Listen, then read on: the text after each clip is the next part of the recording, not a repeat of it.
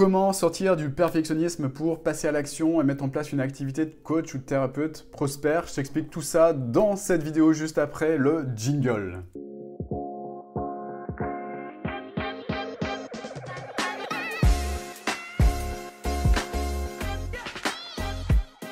Alors le perfectionnisme, c'est quelque chose qui handicape beaucoup de personnes. Je sais qu'il y a beaucoup de personnes qui ont du mal à passer à l'action. Je sais qu'il y a beaucoup de personnes qui ont du mal à appuyer sur le bouton publier, par exemple, en faisant une vidéo, ou qui ont du mal à se montrer, qui ont du mal à montrer leur qualité, à montrer ce qu'elles savent faire en vidéo ou en contenu, de peur d'être jugées, de peur qu'on se dise cette personne elle est bidon, cette personne elle a pas d'expertise parce que c'est pas parfait. Je t'explique comment sortir de ça. Moi j'étais touché également par ça, je suis toujours un tout petit peu parfois, hein, ça m'arrive aussi, ça continue à m'arriver. Cette histoire de perfectionnisme, c'est assez handicapant parce que du coup le plus gros du problème c'est ça, c'est de se dire ok, je vais être jugé par des personnes qui vont se rendre compte que je ne suis pas si parfait que ça et qui vont se rendre compte que au final, le fait que je ne sois pas parfait égale je suis incompétent. Donc ça, ce sont des choses qui m'handicapaient énormément et qui m'empêchaient de passer à l'action. Passer à l'action dans quoi? Mince, j'ai pas été parfait, j'ai dit pas chier au lieu de passer. On va le couper au montage? Non, on va le laisser, c'est pas grave. Ça m'empêchait de passer à l'action, pourquoi? Parce que je me disais...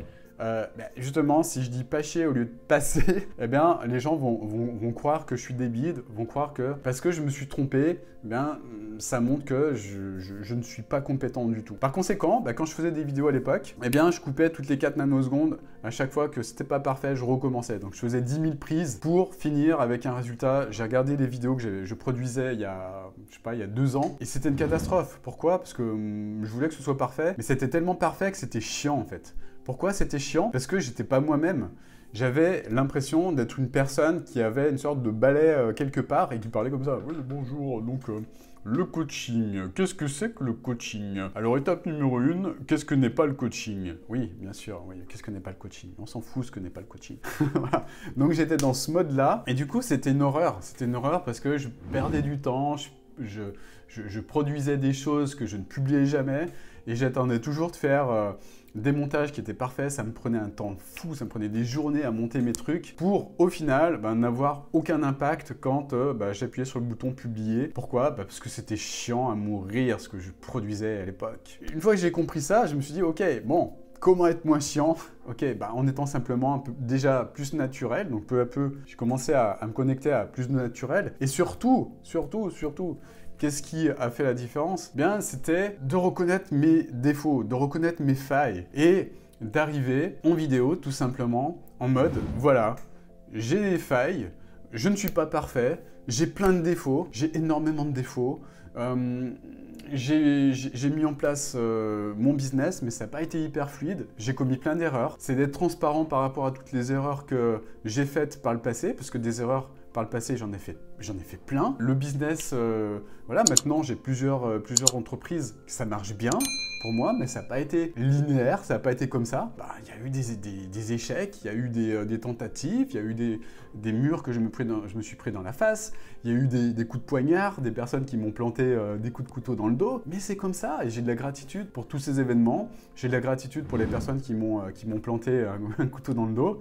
Ça fait partie de la vie, ça m'a également permis de comprendre comment me relever et puis de développer tout un lot de nouvelles qualités suite à ça en fait. C'est ce qu'on appelle l'apprentissage de la vie, c'est ce qu'on appelle la vie tout simplement. Donc montrer son imperfection, c'est un petit peu arrivé comme ça, en enlevant cette armure qu'on a tous face au cœur en fait, d'enlever cette armure et d'arriver avec ce mode comme ça, vas-y, tu vois mon cœur, il est là, tu peux le planter quand tu veux avec ton grand couteau là, tu peux me défoncer, tu peux me tuer quand tu veux, mais en fait, je crains rien. Voici ma vulnérabilité, elle est là, tu vois, elle est là, elle est sur mon cœur parce que j'ai un gros cœur et je crains rien. Je crains rien parce que je sais que en montrant que je suis vulnérable, ton couteau, tu vas le poser et ton couteau, tu ne t'en serviras jamais pour me planter, parce qu'on ne plante jamais une personne qui montre son cœur finalement. Et c'est pareil dans toutes les relations en fait. Ça, c'est pareil également dans les relations amoureuses. Je vois beaucoup de personnes qui arrivent dans une relation amoureuse, bah, c'était mon cas aussi à l'époque, hein, en mode « je me protège, surtout je veux pas montrer mes failles, surtout je veux pas montrer mes défauts, surtout je veux pas montrer qui je suis, je ferme mon cœur, par conséquent en fermant mon cœur, eh bien, je me ferme à l'amour. Je me ferme à l'amour en fermant mon cœur de cette manière. Par conséquent, si je me ferme à l'amour, est-ce que je suis en mesure de recevoir de l'amour? Ben non, évidemment. Et c'est exactement la même chose lorsqu'on veut être perfectionniste. C'est-à-dire qu'en étant perfectionniste, on se crée une armure en fait. On se crée un faux personnage, et ce putain de faux personnage, c'est le personnage parfait qu'on veut projeter, le personnage qui est en alignement complet avec ses valeurs. Ben non, on est humain. Et on a tous des défauts, on fait tous des erreurs dans la vie, on a tous un chemin qui n'est pas rectiligne. Et c'est ça qui fait la beauté et la magie de l'être humain. C'est cette humanité. C'est ça qui fait que moi j'aime profondément l'humain, parce que l'être humain est complètement imparfait. Et se cacher de ça, se couper de cette imperfection, eh bien, c'est mettre une putain d'armure en face de son cœur, et en mettant une putain d'armure face à son cœur, il est impossible de faire circuler l'amour en fait entre toi et les autres. Et quand on est dans le domaine de l'accompagnement, ça c'est se couper de ta puissance, de ta plus belle puissance en fait.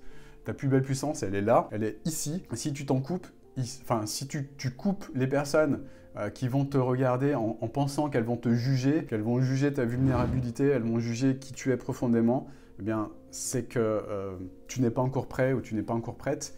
Et en tout cas, sache que moi, c'est ce qui m'a le plus aidé. C'est déjà d'enlever cette stupide armure, de montrer que les choses, elles sont imparfaites, mais c'est OK. Même en étant dans l'imperfection, eh bien, c'est OK. Même en tournant des vidéos comme je le fais dans un environnement qui est totalement imparfait, eh bien, c'est OK avec une frise qui est là-haut, avec un petit ficus qui me suit, qui est fidèle. Et c'est OK, il n'y a pas de problème. Ça m'a permis de mettre en place, de développer un business prospère, voire même plus que prospère, un business multimillionnaire. Et cette imperfection, c'est ma signature finalement.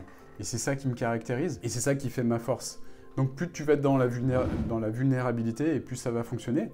Et plus tu vas montrer tes faiblesses, plus tu vas révéler tout ce qui te fait peur. Moi, j'ai jamais été aussi, puissant que dès lors, qu'à partir du jour où eh bien, je suis allé chercher le truc qui me faisait le plus peur au monde, en fait, le truc, en fait, qui me faisait le plus flipper au monde, que je ne disais à personne, mais vraiment personne, ce truc duquel, Siri qui vient de se mettre en route sur mon ordinateur, ce truc duquel j'essayais de me protéger, que j'avais enterré que j'avais mis dans un coffre, autour duquel j'avais mis des chaînes comme ça avec des gros cadenas que j'avais enterrés au fond du jardin là, de peur que quelqu'un le voie en fait. J'avais même coulé une dalle de béton là, sur le truc pour être sûr que personne jamais ne voit ce truc là que je voulais cacher au monde en fait, qui était finalement mon âge, parce que j'avais peur en fait que les personnes sachent que en ayant plus de 40 ans, je pensais que c'était quelque chose que je devais cacher au monde, dans le sens où, en disant ça, j'étais convaincu, en fait, que j'allais me couper d'une partie des personnes, que j'allais être jugé,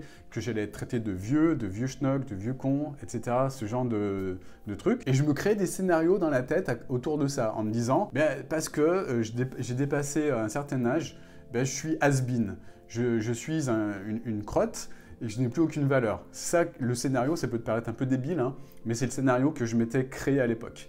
Par conséquent, je parlais jamais de ça. À chaque fois qu'on me posait la question, j'esquivais là. Et ça me faisait flipper plus que tout, jusqu'au jour où je décide d'aller faire péter cette dalle, d'aller sortir le coffre du trou, d'aller enlever les chaînes, d'aller ouvrir ce coffre, et d'arriver comme ça avec mon secret là, mon secret de pacotille là, et de le révéler au monde. Et je te garantis que dès lors que j'ai révélé ça au monde, dès lors que j'ai parlé ouvertement de mon âge, eh bien, je me suis reconnecté avec ma puissance. Pourquoi ? Parce que je me suis rendu compte qu'en fait, c'était ma plus grande force. Pourquoi ? Tout simplement parce que quand on a plus de 40 ans, on a plus d'expérience, on a une expérience de la vie qui est peut-être un peu plus importante que des personnes plus jeunes, parce que j'ai eu énormément de vie professionnelle, parce que j'ai rencontré énormément de vie sur de vies différentes, enfin de personnes différentes, lors de vies différentes, je vais y arriver, parce que j'ai beaucoup voyagé, parce que j'ai énormément d'expérience par rapport à ça, parce que j'ai beaucoup appris, parce que l'expérience, c'est quelque chose qui ne s'invente pas en fait. C'est quelque chose que d'autres personnes peut-être un peu moins expérimentées essayent de feindre en répétant en fait les mots qu'elles entendent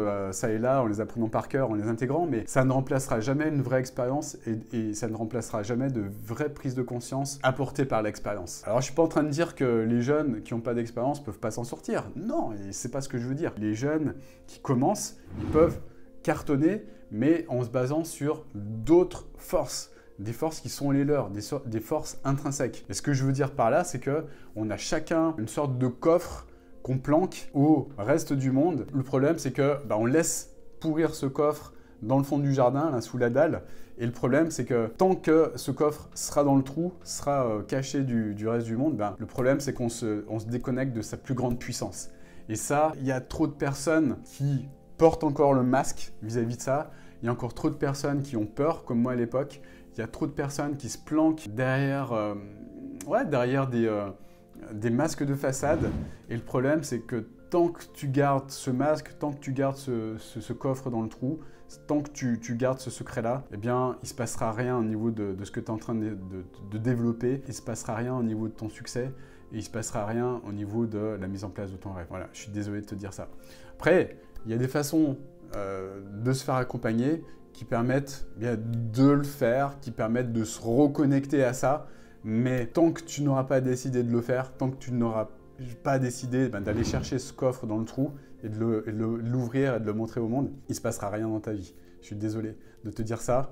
Tu vas essayer de trouver des tactiques pour contourner le problème, mais toutes ces petites tactiques qui sont proposées par des marketeurs qui essayent de te faire croire que c'est possible de fonctionner autrement qu'à aller chercher le coffre dans le trou, tant que tu croiras à ça, il ne se passera rien dans ta vie. Et moi, il ne s'est rien passé dans ma vie jusqu'au jour où j'ai sorti ce coffre du trou et j'ai commencé à le faire péter et à montrer le trésor qu'il y avait à l'intérieur. Parce que ce qu'il y a à l'intérieur, c'est un vrai trésor. J'espère que cette vidéo t'a apporté de la valeur. Si c'est le cas, mets-moi un like juste en dessous de cette vidéo. Et puis dernière chose, abonne-toi à cette chaîne si tu veux rien manquer de tout ce que je vais produire. Je vais produire tout un lot de vidéos qui tournent autour de ces thématiques-là. Je vais créer tout un lot de vidéos qui vont t'apporter énormément de valeur pour que tu puisses révéler le trésor qui est en toi. Dernière chose, j'ai mis en place pour toi une formation qui donne la trame pour aller chercher ce coffre dans le fond du trou. Regarde-la bien. Lis bien entre les lignes, tu vas comprendre en fait comment faire. Clique sur le lien juste en dessous. Tu as 2 informations à rentrer, ton adresse mail et puis ton prénom. Et si pour toi, ça c'est mission impossible, il ne se passera jamais rien dans ta vie, je te le garantis. Magnifique journée à toi. À bientôt pour une nouvelle vidéo. Ciao, ciao.